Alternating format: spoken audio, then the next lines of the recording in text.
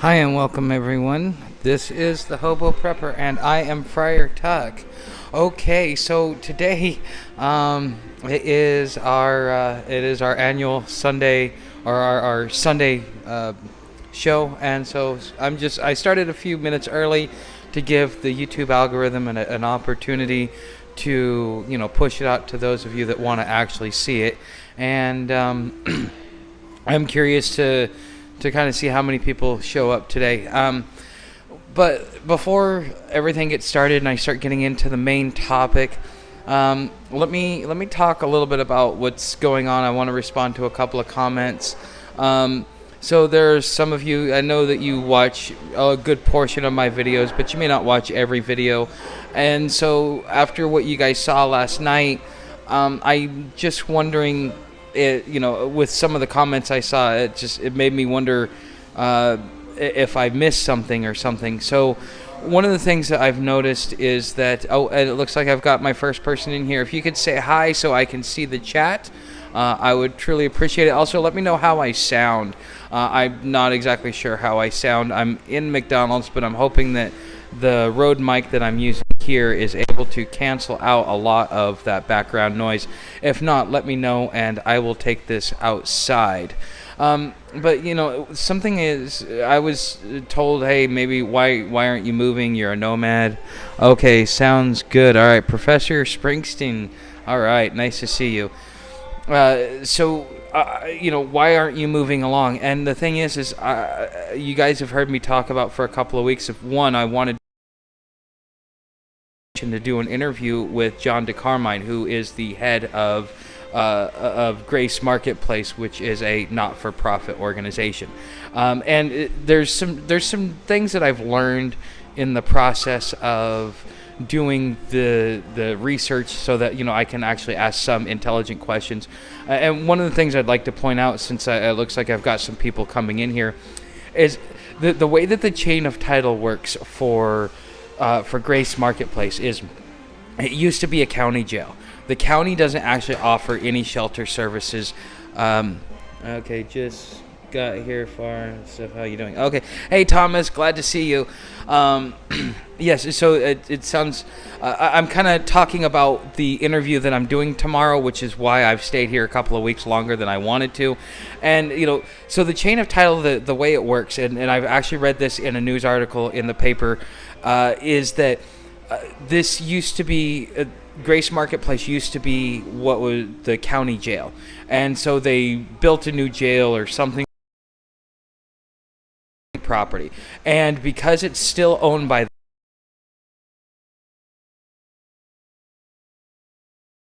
that, they're not allowed to actually build a shelter there. They actually the county doesn't do something with the shelter. I don't remember exactly, but essentially what it is that in order to be able to have a shelter in the county, they have to subcontract it out through a third-party organization, such as an NGO or not-for-profit, like Grace Marketplace. And so they step in as a third party to provide the services that the county should be providing anyways, because the property was originally designed for a prison use or for jail use.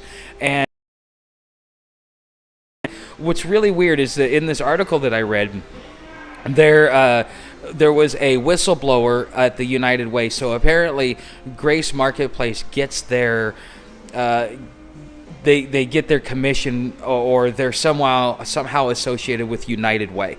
United Way probably sends them donors. It's kind of like being part of a list, like Angie's List or Home Advisor. If you are a contractor, you got to pay a yearly fee or an annual fee to be able to get access to it. And then what they do is they take that little bit of money and then they go out and they advertise for you, and then they bring in clientele that you can now make bids to, so on and so forth. And so people within the homeless industrial complex that want to get rid of money for tax purposes, and they want to be effective with it, then they can go to somewhere like Grace Marketplace, because they were referred through the advertising that United Way does. And this is just my overall understanding of how this actually works.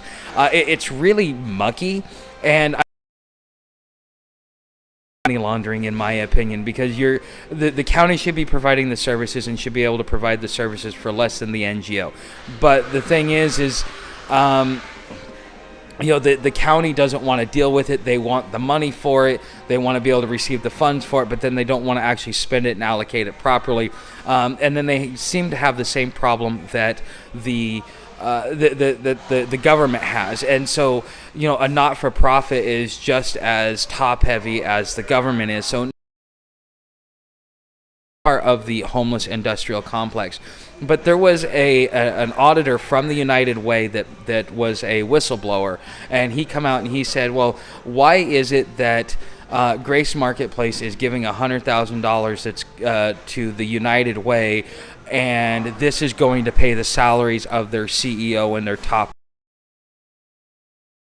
of the United Way? And this person was immediately silenced, immediately fired, and then immediately discredited through the news media. And so this is something that I'm going to have to ask a question about, because I think that really shines a light on what really happens. I mean, we as the homeless are kind of, we're a commodity in the same way that everybody else is a commodity. And if they can't make money off of us through taxation and through other things, they can make money off of us through the tax shelters and other things that giving to not-for-profits offer to the general public. And so it just becomes, in so many ways, it's, if you really dissect it down into its simplistic terms, you could very easily call it legalized money laundering, because this is how the rich people feel good about what it is that they're doing. Because they're giving money to help the people that they're actually using their lobbyists to implement policies that create the situation in the first place. So it's like saying, okay, well, we're going to spill all this waste into the river, but then we're going to give a little bit of money to the waste cleanup, even though it's not enough to actually do anything, and they're cleaning up our mess, and we don't have to pay for it, and we get a tax write-off. And that's kind of the way it works for homeless and the homeless people. But that I really want to I want to kind of make sure that you guys, if you think that I'm sticking around longer than I should, the thing is this interview is the final interview that I've got to do, and I had to wait quite a while to get the interview because Mr. DeCarmine is a busy person, and so I'm not able to get to it as soon, get out of here as soon as I wanted to, because quite frankly, I've been chomping at the bit to get out of here for a couple of weeks. Now, part of the reason why I came back, and if you guys remember me coming back to Gainesville, was for one primary reason, which is what I explained to you guys, but I also had a secondary reason, which if you're a Patreon subscriber, you would know. If those links work, because I think I figured out how to, if you guys want to leave a tip or something like that in the tip jar, you can. I think I finally figured out how to put the links in the description. If you guys would let me know about that in the chat as well. You don't have to put anything in there. I just want to make sure that it works, because I know that people have had trouble with that. Get out of here, but again, I got to do this interview. And if any of you guys have any questions, anything you want me to clarify and things like that, let me know. And I will be talking about the hierarchy of needs for whether it be bugging out or SHTF, or whether it be for being homeless. You are going to need to understand, that there's a different hierarchy of needs being outside versus being inside. And a lot of people, they try and bring the inside outside with them. But just to make sure that I've got the final clarification before I get into the topic here, is that, I came back here to hunker down. The snowstorms are starting to move good. Thanks, Thomas. It just, the storms are finally starting to move north, but there's still rainstorms and stuff like that hitting the lower southeast, which, I can deal with the rain over dealing with sub-zero temperature or freezing temperatures like what we did. The human experiment, yes. Instead of dealing with the cold weather. So I'll be able to start moving north, but I probably won't be able to start on the Appalachia Trail until at least to mosey my way around, but I expect it to take about 3 weeks for me to get up there, which if it takes 3 weeks, it should be like the second week of April that I should be up there, and it should be safe to start on the Appalachia Trail until I can get up into the Rust Belt. It's not something that I have done before. Usually I greyhound it from city to city. I make the money I need to make and go from city to city, but things seem to be a little bit different compared to what I'm used to, and that's kind of what really what's really slowing me down, because I'm used to being able to make at least $20-30 a day. I go get the things that I need to and just kind of compound that over a couple of days, and then I've got the money that I need to be able to move on. But I haven't really had that success yet since I've been here, and I'm gonna have to figure this out along the way, because I think this is something that is very important. Okay, so let's talk about the hierarchy of needs as somebody who is a traveler versus somebody who is in a house. Because in a house, your hierarchy of needs is you need to be able to have a job, because without that job you can't pay the rent or the mortgage, you can't buy the food, you can't do this, you can't do that. Okay, but you take that out and you go outside, you kind of have to have a different set of priorities for your overall for your overall outlook on the way that you travel. And I would say, if you're going to be on foot, your most important, probably the most important thing that you can think of. So if you're thinking about, okay, I need to get gear, I need to get things that are going to actually be helpful to me to be able to be sustainable. Your feet are going to be your primary concern. But the thing, you're going to end up needing something that's going to keep your feet from swelling over the long period of time. I was in separations as I was getting my separation from the Marine Corps. There was a guy who actually went through the crucible twice, which is the final journey that you have to do before you actually. Because of how heavy the pack was, he would get like right close to Mount Suribachi, which is the end of the whole crucible, and his feet would give out. He had stretch fractures. His feet swelled up, so on and so forth. And it's important that you have good foot gear, because the last thing you want to do is be at the foot of Mount Suribachi and not be able to make it up. And you're left behind right there at the base of the hill. Okay, using that as an analogy. But the second thing that you're going to really need, if you really want to stick some money into something and make sure that you have something worthwhile that's going to go with you, is going to be your backpack. Now, to kind of step back a second, if you're on bike, the most important thing that is going to be for you as far as your needs is the type of bike that you have. And one thing that I want to kind of put out there is, so I was talking to some people today saying, hey, yeah, I traded my bike away. I had too many people looking at my bike. And one of the guys says, yeah, I was actually looking to kind of take that from you too. So yeah, it's probably good that you got rid of that. If you come out with a really nice bike, if you come out with something that looks expensive, looks quality-wise, people will start looking at it and still start scheming to be able to take it from you. So make sure that if you do go out on bike, that you get something that's kind of low end, $500 or less, maybe a Mongoose, maybe a Huffy. But a Mongoose is still going to be looked at as a quality bike, and people might want to take it. Even if the frame doesn't last, if you're actually buying something that's kind of lower end, lower quality, that you can really important to you, versus having something that's going to be quality that will last you for a long time. Because the thing is anything of quality you have, the second you walk through an area, people start seeing that and start trying to take it. For example, when because on Sundays I do my laundry, my sleeping bag out of the washer and put it into the dryer, a lady immediately came up, stopped what she was doing, saw the sleeping bag, and you can see the wheels turning in her head.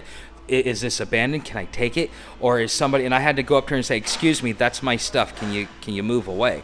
So anytime anybody sees something of quality, and they can figure if it's not something that all the rest of the homeless have, then it's quality. Especially like if you got a sleeping pad, a decent sleeping bag, if you got a decent anything, people will look at that and they will automatically go, okay, that's mine. I'm gonna figure out a way that I can get it from you, because they're entitled. Yard sale bike always works wonders. You know what, Thomas? That sounds like a really good idea. On a mountain bike. Okay, yeah.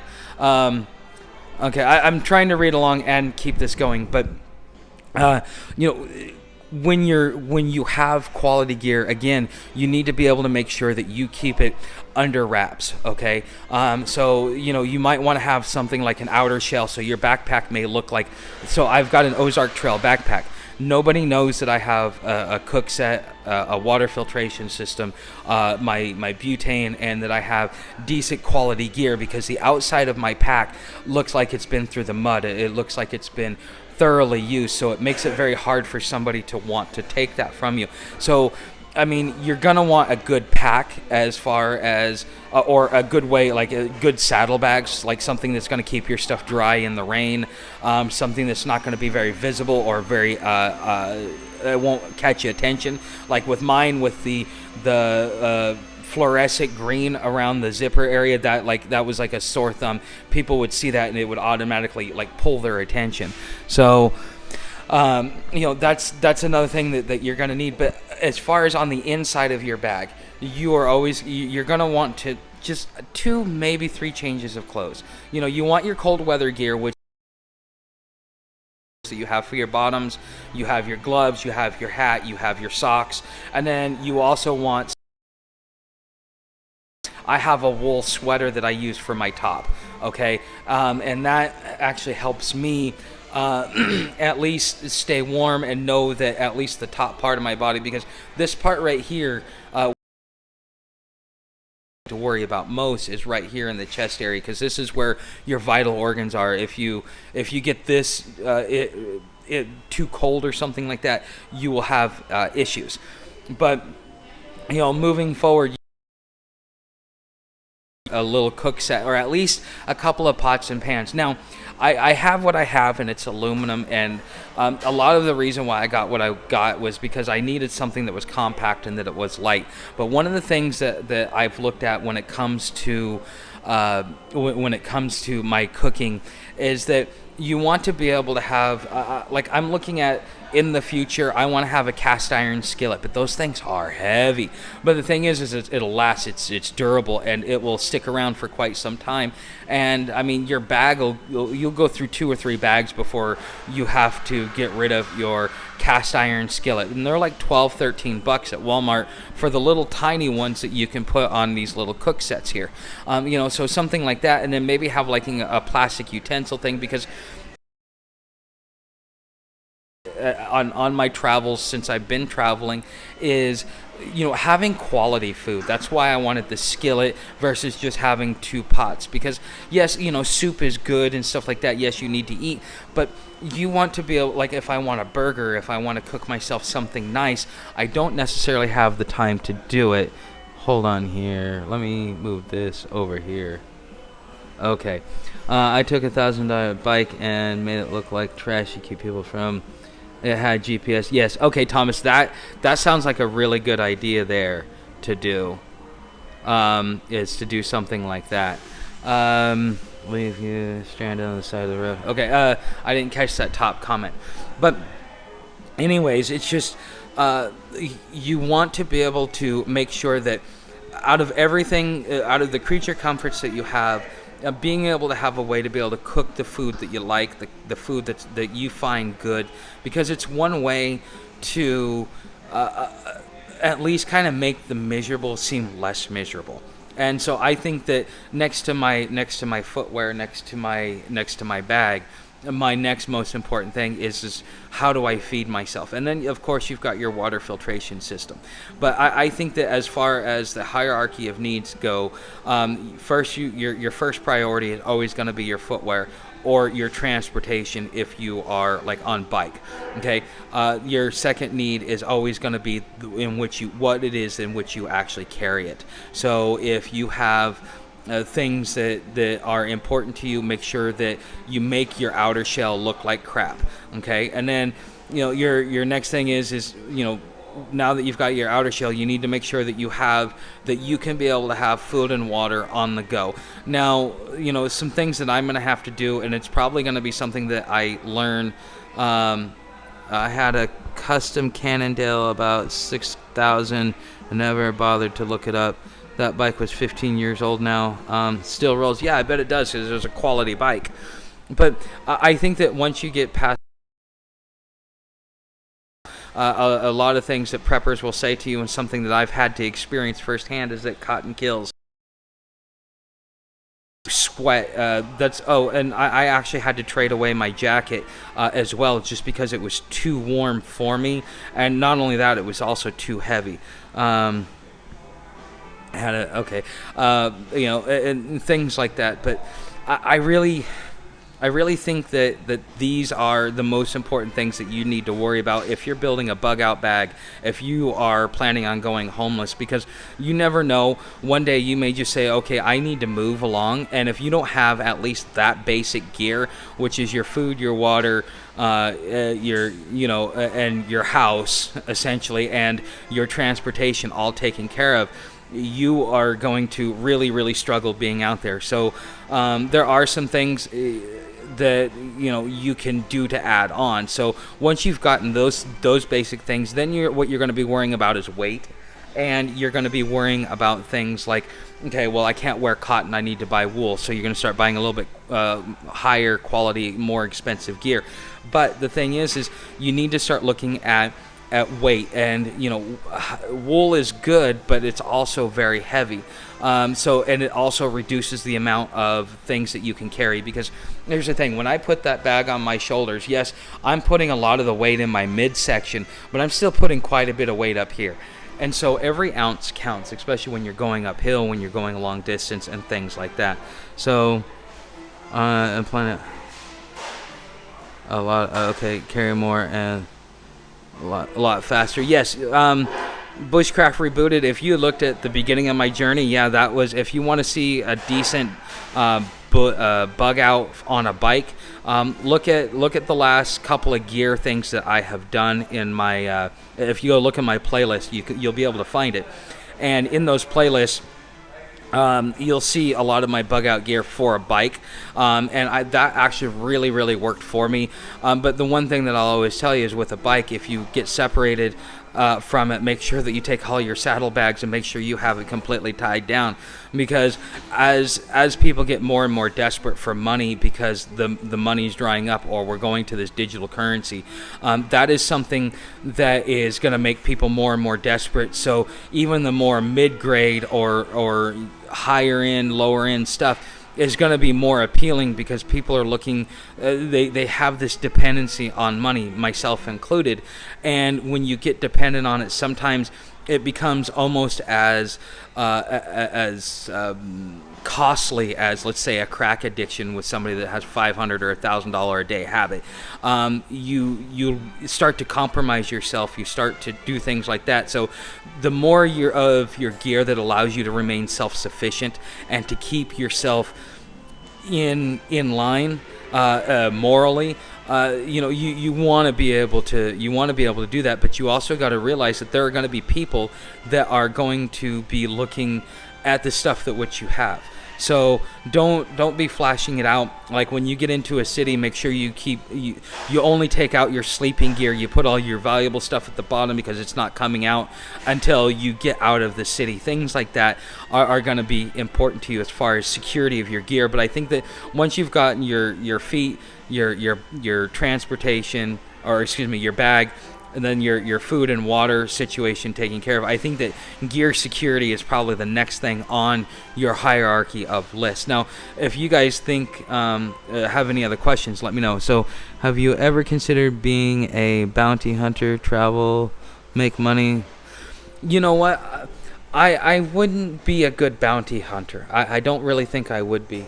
Now, it would be cool, but my uncle worked for a bounty hunter, and I've met a couple of people that were bounty hunters, and I don't have the personality or the it's not something that I would be good at. It would be fun though for the experience, but at least not in this lifetime. I don't think that would be good for me.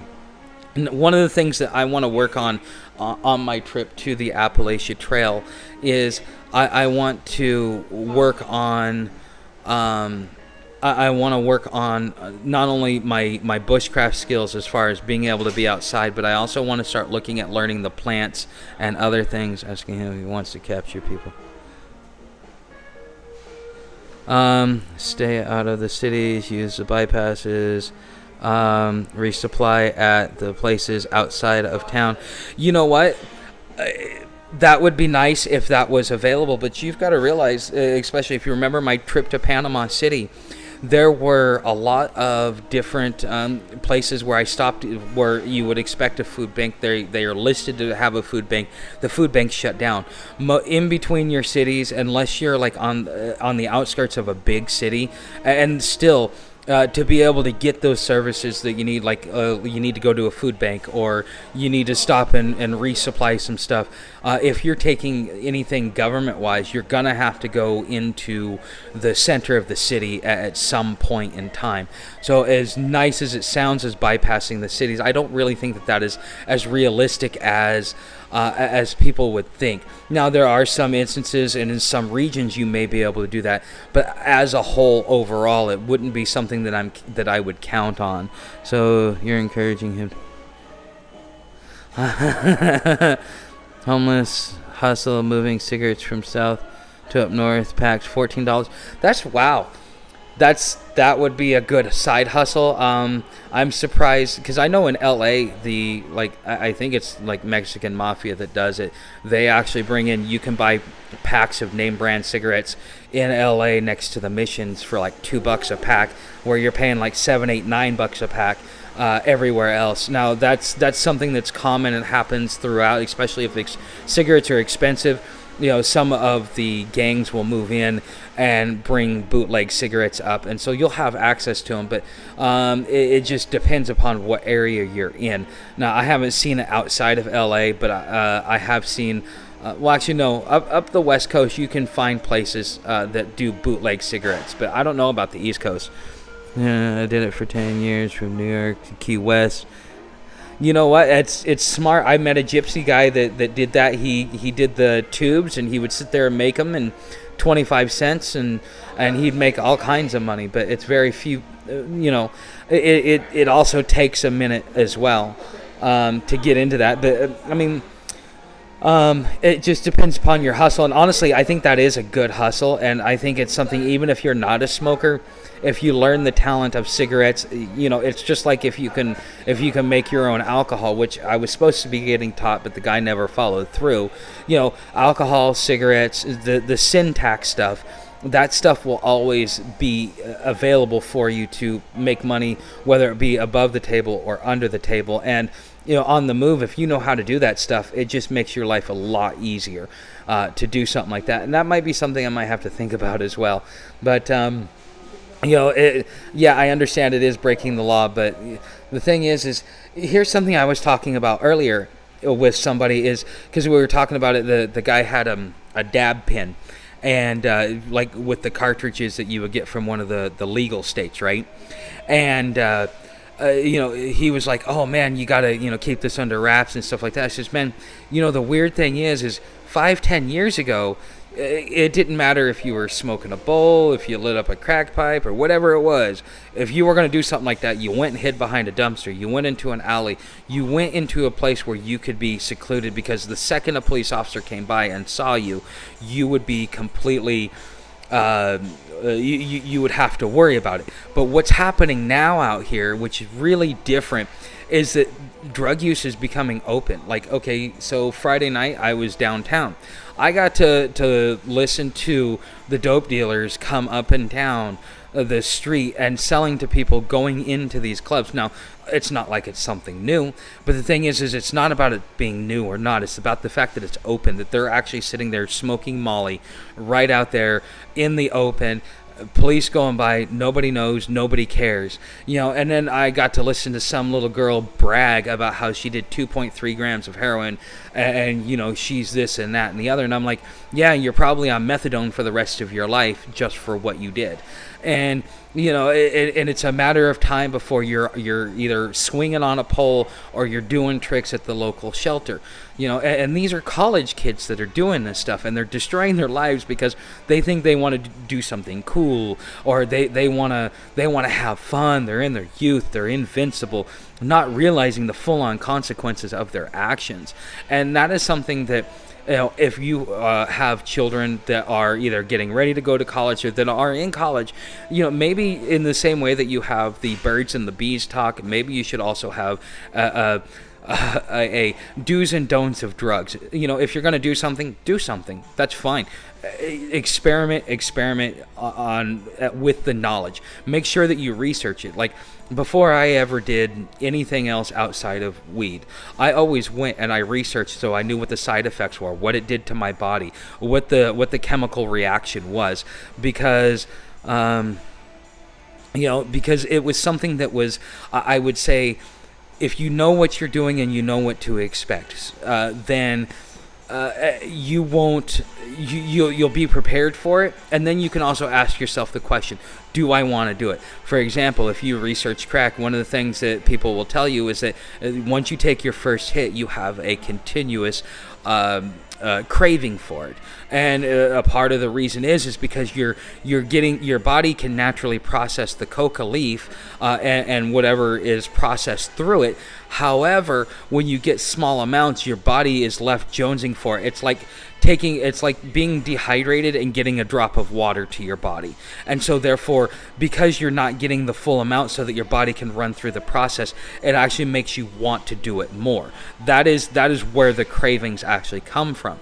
But, because I've had some experiences that have brought me to that conclusion, just because I've had people, when you're outside, everybody tries to jumpstart you on something, because if you're not making money at a job and paying taxes, then they want you buying the stuff that the black budget alphabet soups bring in to be able to fund their black budget projects. And so in one way or another, you're going to be taxed and you're going to be fleeced. It's, do you want to support the clandestine agencies out there like CIA and NSA that are bringing that into the country so that they can allow you to become addicted so that they can fund their black budget projects, or do you want to go to work and pay taxes and get taxed to death on everything that you do, while really never being able to get ahead to begin with?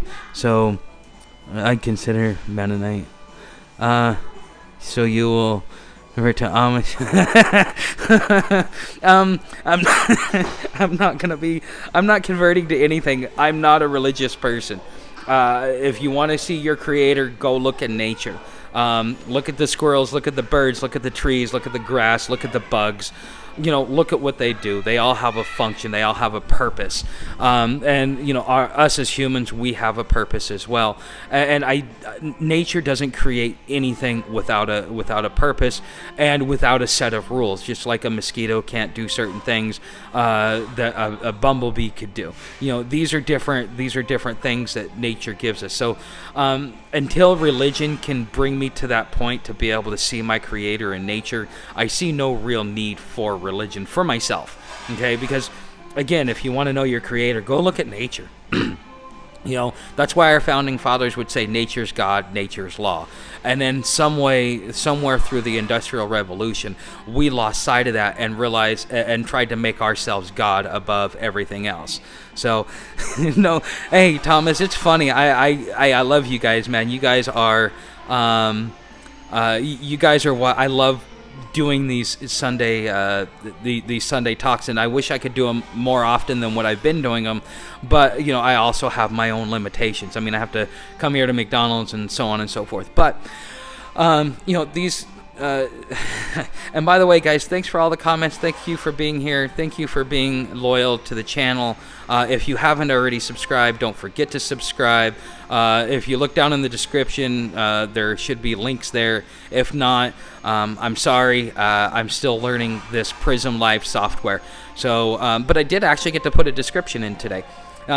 So if any of you guys have any questions or anything that you guys want to know, and we're all, in some form or fashion, I would say, we're all a form of parasites. But your body is made up of bacteria, and it's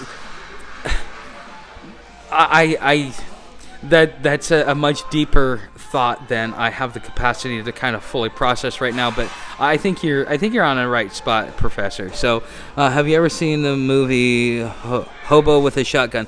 No, I have not. I have not seen anything like that. I used to watch a lot of movies, but I don't watch movies anymore like I used to. Probably not for the last 10 years. Okay.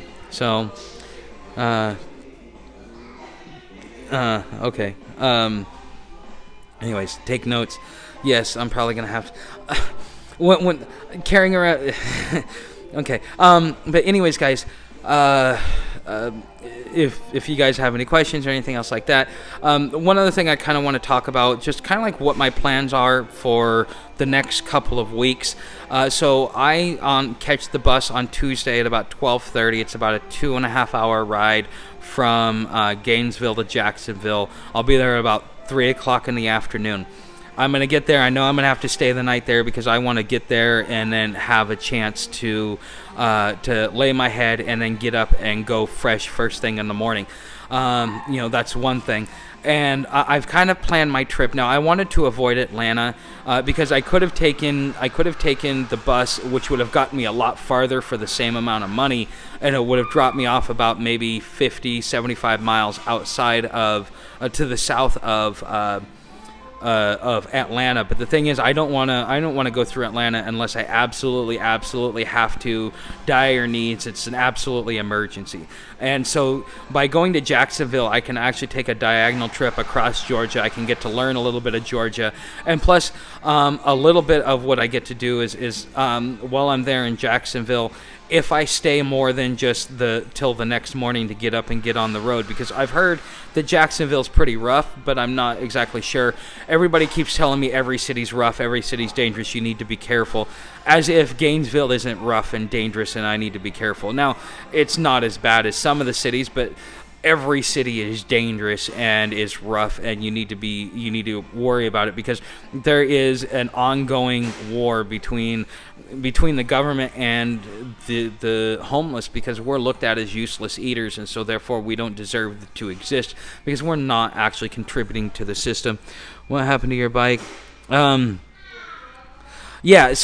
when I was staying at the cold weather shelter a couple of weeks back, what ended up happening was I thought I left my bike in front of a camera, or at least there was a camera there, but apparently that camera doesn't work. I mean, you have a county jail where you have the whole area can be completely watched by camera, and they only come to find out they only have 2 working cameras, one in the front and one in the back, and everything in between is completely open. And so I left my bike, I put my U-lock on it, which nobody would have really been able to get my U-lock. That's why they chose to take my saddlebags instead. Now, my front saddlebags, because of how rough it was to get them on and off, I always left my front saddlebags on, and then I took my rear saddlebags in with me. Well, my front saddlebag got cut off. It had my poncho, it had my tent, it had my food bag, and it also had my cooking set in it. So somebody was able to walk off with that because I wasn't able to take that in the cold weather shelter with me. I realized at some point that if I'm not able to stay with my bike 100% of the time, which means I got to take it in the stores with me and stuff like that, anything that I leave on the bike or the bike itself after everything's been fleeced from, as far as like the saddlebags, just people can pick it up and walk off with it because it's a lighter bike. That's one of the nice things about the higher end bikes, is that they're made to be lighter, and so it makes them a little bit easier to carry.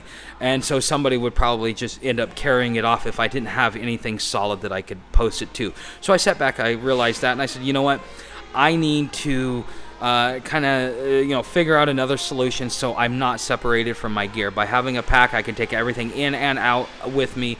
So like my pack is sitting right next to me right now. I don't have to worry about somebody walking off with it unless they come next to me and try grabbing it. But at that point in time, I'm aware of what's going on. So I kind of had to, bite the bullet and realize that because I had such things that looked like they were quality, is that it made it too enticing. And as I said at the beginning of this, is that one of the people that I usually regularly interacted with told me that he was looking to steal my bike from me as well, and that it was a good thing that I got rid of it. And that's pretty sad that even the people you know are willing to rob you blind so that they can support whatever habit it is that they have go on bus ticket.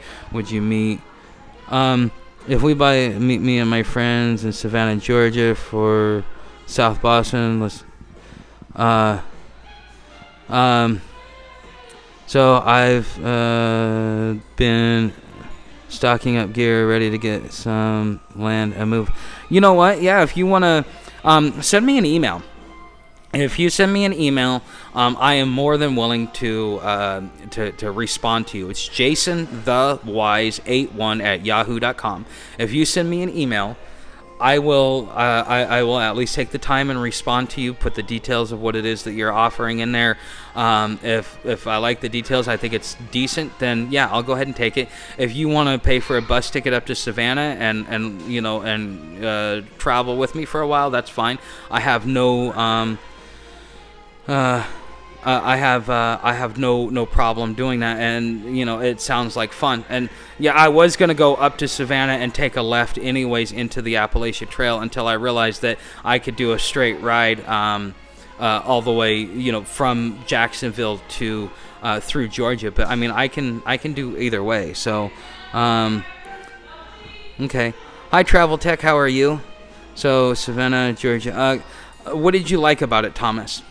But anyways, I want to get my main thing is that I would really like to, what my goal is for this spring and summer is to be able to make my way into the Rust Belt and to be able to show you guys the walkable cities in the Rust Belt and kind of show you what the advantages are of it. But for the winter, I really want to go southwest, and I want to kind of stay closer to the west as far as getting keeping my travels going for a couple of reasons. One, I'm a West Coast boy. I was raised most of my childhood in Oregon, so there's a big difference between East Coast and West Coast as far as personality and the way things go. So on that level, that's something that I want to really work on, is staying west. So I might go to Arizona or New Mexico or somewhere like that for the winter. I might even look at going to Denver for the winter, but I'm not sure I want to do that because Skid Row has moved to Denver and it's moving its way east, as far as what I've seen over the last couple of years. But the thing is, the other part of the reason why I want to be able to kind of stay in the West is because there's BLM land. There's a lot of open land. There's going to come a point where I want to sit back in the middle of nowhere.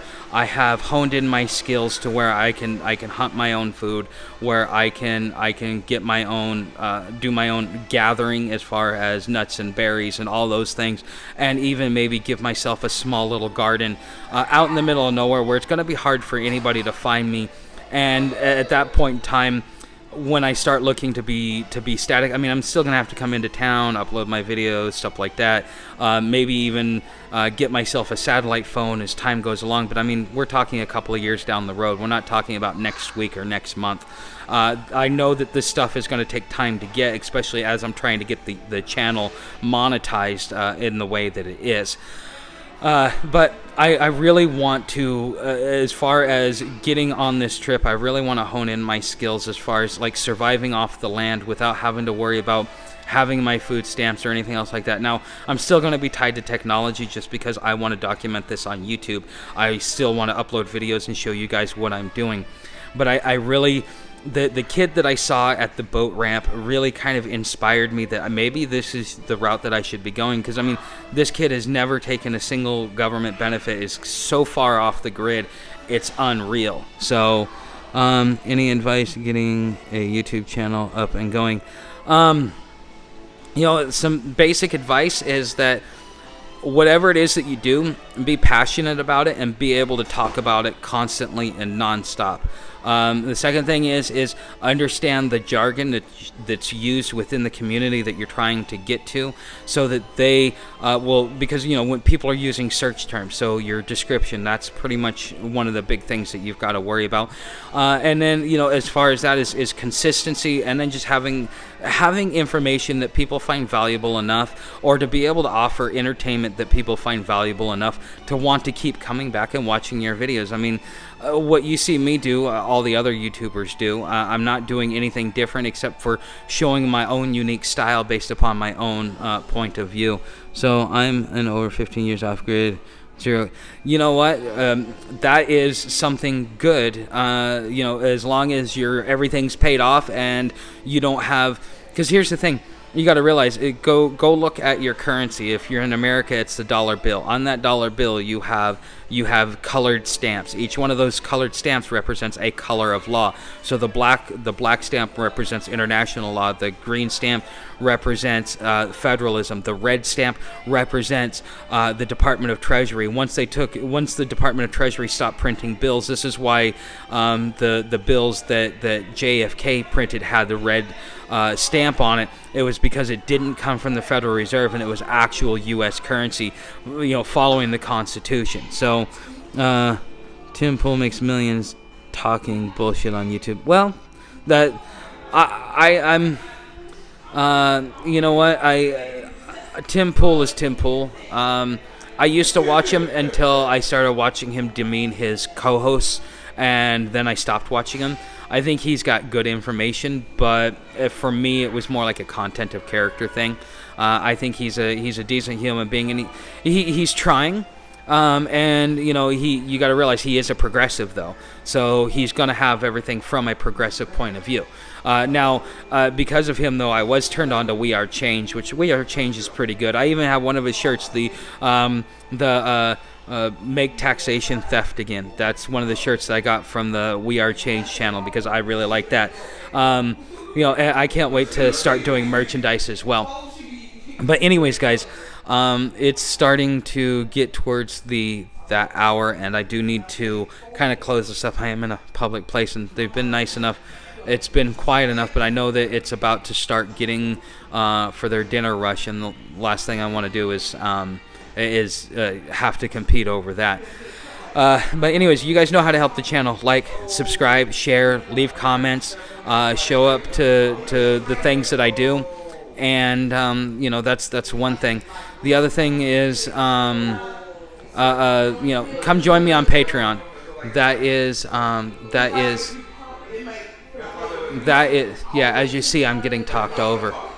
But anyways, that is something that come on over to Patreon. You're gonna have a different conversation with me. It's something that I'm trying to build.